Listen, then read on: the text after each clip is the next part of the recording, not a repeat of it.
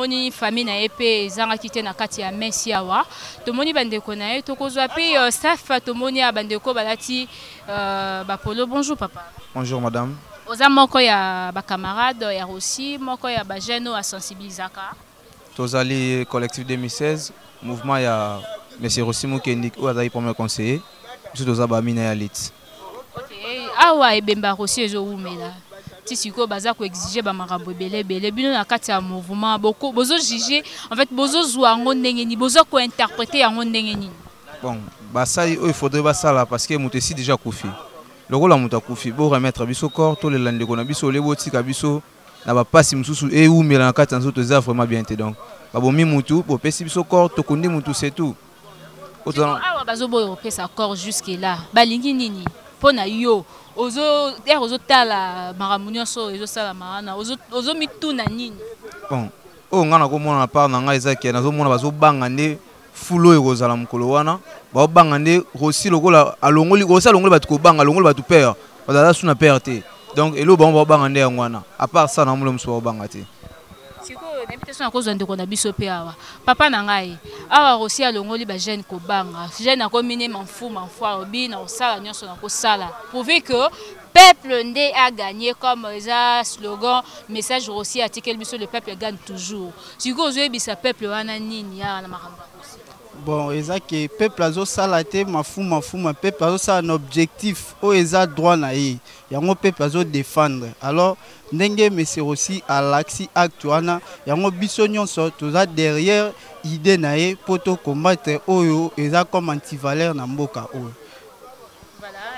Message na bandeko nyonso bazolela Rossi musika ya mboka en fait libanda mboka bazo soutenir peut-être na ba message ba appel ba contribution et belé jusque là bazo ko se sentir un peu sous-informé d'avoir en disant que tu siko tozé baté gouvernement lingini et tout comme ça va. Bon gouvernement na part na bango vraiment bakoki ko laksa bonne foi te bazolinga ko laksa bonne foi te ya ko permettre biso to la Rossi Mukendi comme premier conseiller ou mwana ya mboka o ya solo o alongoli batu ko banga bazolinga te batu basangana autour ya kombo na ye. C'est pour cela bazo manifester ba bonne foi o mais batika ebembe mutu akomi déjà ebembe alors aza isusu na droite ke bango basala o bazolinga basala na vraiment ba permettre biso toza na bonne voie oyo esengeli poto lela mutu dans le calme. Voilà, papa na biso yoko banini soki eke ba continuer ko garder nzoto ya Rossi na morgue. Ba boy ko bimisa ngo po biso congolais to lela ye na ndenge na biso na lokumo ya pesi biso ya ko continuer ko lutter. Hein, okoyebisa. Okolo banini en fait to sala nini soki kaka ba continuer ko garder nzoto ya Rossi ke ba boyebi. Maman, nini o décide la loi. Moni Rossi aza mutu oyo le monde entier balobeli sur combo ya Rossi. Les artisans mutuo a tchaki corps nae âme esprit en jeu pour lutter pour l'alternance dans mboka au Congo. Et nous voulons pas pouvoir ba kanga corps wana ya Rossi et comme le rôle là ceux qui ni ndeng bazo kanisa on ne sait jamais. Biso to linga pesa biso corps. To sengi bango ata 50 francs te. Biso moko toza capable ya kokunda Rossi timanga. Nous voulons plus ba garder les biso corps wana ti mokolo bango bakolinga ba pesa biso corps nde tozo to kunda. Muto si ba bomier déjà. Soko ba ko bombela ti mokolo nini. Muto si ba bango si ba bom déjà muto na biso si ba bom déjà. Na buli oli musango te bo kepe na morgue ba luki Rossi azala lisute. Non, ceux qui basent na bula olimu sa corps, bango ne ba retirer conséquences ya nyonso eko ya pour olimu sa corps ya Rossi. Biso to mona réellement que bango ba mikomisi banzambe na mboka oyo ba limu sa corps ya Rossi timanga. Merci beaucoup. Merci madame. Naibité bandeko na biso vous êtes déjà nanzela bozo kende papa na ngai na kozwa papa na ngai yo kolo banini sikoyo tomoni famille ezo kende déjà bandeko baza maman ba tante ba yaya bazali awa yo kolo banini awa bakangeli biso nzoto ya Rossi na lobi mutu nyonso abotama na famille na ye batika ebemba Rossi bandeko na ye ba oya ye balela ye so batika ngote on aura à faire des sittings on aura à faire la pression babomier déjà ba pesa biso ebembe to lela to kunda parce que muto okanga ye akufa pe et bembe na pe ba doit rouler lango donc après ça biso le bio faut ba autopsie ya mibale ça mais ye so akufi ba so autopsie ya mibale autopsie solo ezalaki déjà donc ezalaki ye azobanga nini ba banga nini agitation ba ça gouvernement ba ça agitation pour ba s'agiter pourquoi baza na raison ba bomaki ba sali malamu mais après ça biso bembe to lela ata yo moko vraiment wa muté mabe so o kange bembe o muté o muté mabe pe ça biso corps to lela to kunda ndo ngai makambo sila et aussi là papa. OK, merci beaucoup. Merci. Voilà.